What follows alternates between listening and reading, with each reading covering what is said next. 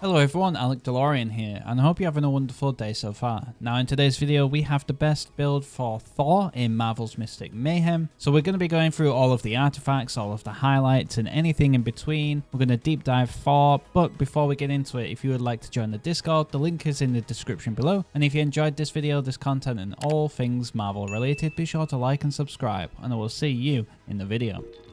Okay, so we're going to kick off with the best build for Thor. So we have a table of contents for this video, but before we get into it, mysticmayhem.gg is where I got a lot of my information from, so shout out to them. I highly recommend using this website for yourself, just so then you know what's best for each character, because they speak about all of the characters, all the best stuff for the character. They have all of the highlights, all of the artifacts, and a tier list of all the most picked characters in the game for all of the end game stuff. Well, not the end game, but the current end game, since no one is max level yet. So it's really useful in that sense, and I highly recommend it. But for the table of contents in terms of this video, we're going to go through all of the best artifacts, highlights, stats, Soul Saga route, and then we're also going to discuss the skills and passives for Thor, and then finish it up with the best team synergies. And without further ado, we have the best artifacts. So there are definitely three really good artifacts in this game for Thor, with the first one being the Shield Flight Pack. So what this one does is increase the wearer's attack speed by 40% for 10 seconds after they use a skill or an ultimate move. This pairs up really well with Thor because there's one ability where you use your basic attack and it chains up to multiple targets at once. So the attack speed, you're going to be hitting more people over and over really fast. So that synergizes really well with Thor just for that one skill alone. And then the Hand Shuriken is also a really good one because it increases the wearer's crit rate by 12%. And then also Unstable Molecules also is really good because it increases the wearer's attack by 10%. I think the best is probably Shield Flight Pack. You have to have that on, in my opinion. And then Hand Shuriken and Unstable Molecules is a bit up personal preference. Overall, at the end of the day, I feel like Hand Shuriken for me would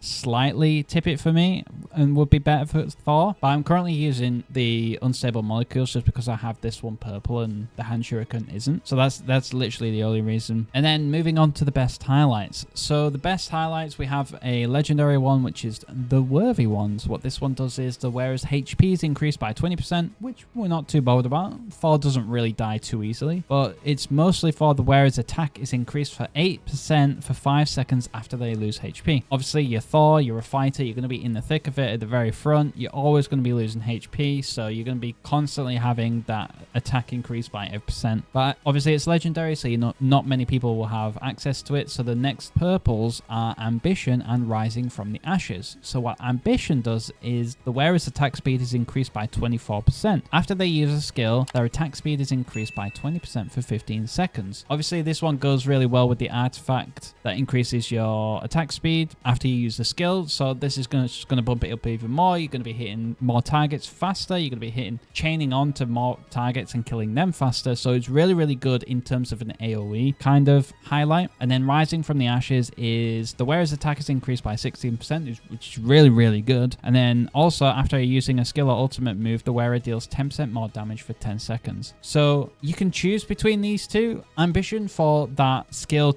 for Thor's skill to bounce to his basic attack to chain to different targets, or just go for the straight up attack. It's really up to you at that point. But at the end of it, if you don't have any of the rares or the legendaries, buy Thorax Command is definitely the best one for Thor in terms of the blues. What this one does is the wearer's attack is increased by 20% for 15 seconds after they use their ultimate move, which is really good. It's just that Thor's ultimate charge is quite slow, so getting his ultimate and getting that increased attack for 15 seconds isn't going to be up as often as you'd like it compared to the others. So moving on to the best stats for Thor, the number one is crit rate and damage. It's not as important for Scarlet as it is for Scarlet Witch because he's not all in on crit damage like she is, but it's still really good for Thor because his skills and his ultimate do crit quite a lot, so you want to get that crit damage up. And then the next one is special damage, and then lastly the attack percent. percentage. So that is the best stats for Thor, and I feel like this is reasonable. These probably are very close. Like the special damage is also going to be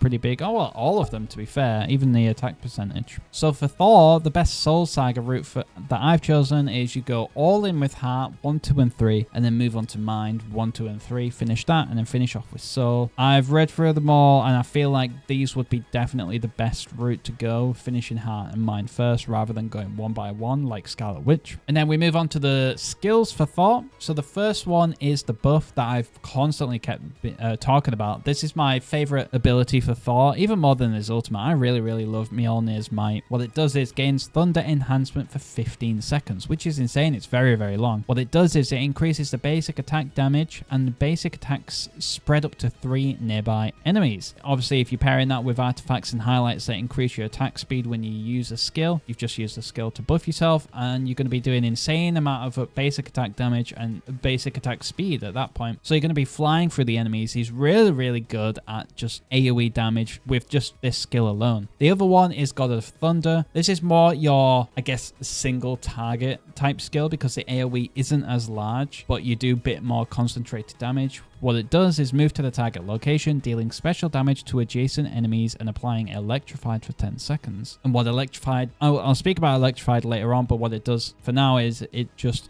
means that the enemies take increased damage. I'm pretty sure it's 5%. And then his ultimate is Hammer Fall. This is also basically just as good as Mjolnir's Might, if not better. Well, it's definitely better for AoE because it's a very large radius and it does insane damage, which it deals special damage to enemies in the target area and more damage to electrified enemies. So what I like to do is sometimes I like to use my dash, the God of Thunder ability first, because anyone I hit gains electrified. But I'm pretty sure any enemy, I think there's a passive for any enemy 4 hits gains electrified. So if you do Mjolnir's Might, hit everyone, it chains onto everyone, they all gain electrified, and then you use Hammerfall. So there's a good synchronization. As long as you're doing either one of the skills into the ultimate, I think you'll be fine. But the ultimate also is still just really strong without the electrified. It does a lot of damage. Okay, so on to the passives. First one is Thor Force. Basic attack damage increases by 43.2% and basic attacks apply electrified to enemies for 5 seconds. Electrified takes 5% more damage. So yeah, I was right in terms of you hit an enemy, they take electrified. So if you hit with the AoE damage to chain onto different enemies, 4 enemies are going to get electrified, and then you use your ultimate and absolutely tear them down. The next one is Godly Conduction. Basic attacks spread up to 4 nearby enemies in the Thunder Enhancement status. And then next up is Worthy. So Thor's attack and defense is increased by 20% in the Thunder Enhancement status, which is pretty decent because 20% is quite a large chunk in this kind of game. So stacking that on top of other stuff makes Worthy a very good passive. And then lastly, Thunder Wielder. For each enemy on the field with the electrified status, Thor's defense increases by 15%. So obviously this goes well with the chain attack because you're hitting 4 enemies, they all gain electrified. So you're going to be getting a whole load of defense increase, which is really nice. And then lastly, we're going to move on to the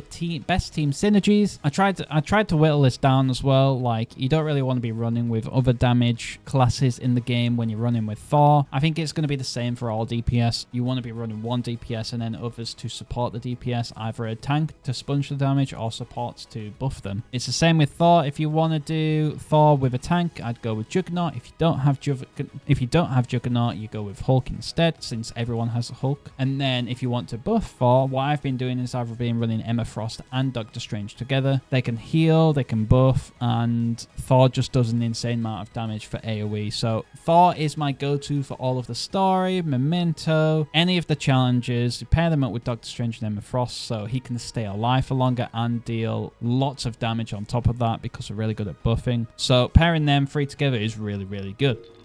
And there you go. There is the best build for Thor, in my opinion. And I hope you enjoyed this video. And let me know in the comments below if you have taken anything positive away from this video, or if there's anything I missed in the video for Thor. But if not, I won't keep you any longer. So if you would like to join the Discord, the link is in the description below. And if you enjoyed this video, this content, and all things Marvel related, be sure to like and subscribe. And I will see you in the next video.